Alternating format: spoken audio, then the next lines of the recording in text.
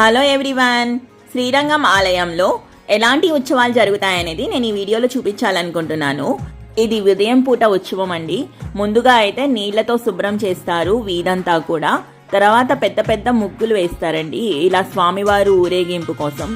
స్వామివారి ఊరేగింపు గుడి చుట్టూరు కూడా జరుగుతుంది. ఉదయం పూట ఒకలాగా, రాత్రి పూట ఒకలాగా జరుగుతుంది. ఎంతో మంది వైష్ణవ బ్రాహ్మలు వస్తూ ఉంటారు. ఇక్కడ అక్కడికక్కడే సాష్టాంగ నమస్కారాలు కూడా చేస్తూ ఉంటారండి. ఇది రాత్రిపూట ఉత్సవం. ఎప్పుడు చూసినా కానీ చాలా చాలా బాగుంటుందండి. మీరు శ్రీరంగం వెళ్ళినప్పుడు మాత్రం ఈ ఉత్సవాలు అనేది మిస్ కాకండి. శ్రీరంగం ఆలయం గురించి విశేషాలు 2 పార్ట్లుగా నేను వీడియో చేశాను. రిలేటెడ్ వీడియోలో కూడా నేను అప్లోడ్ చేస్తున్నాను.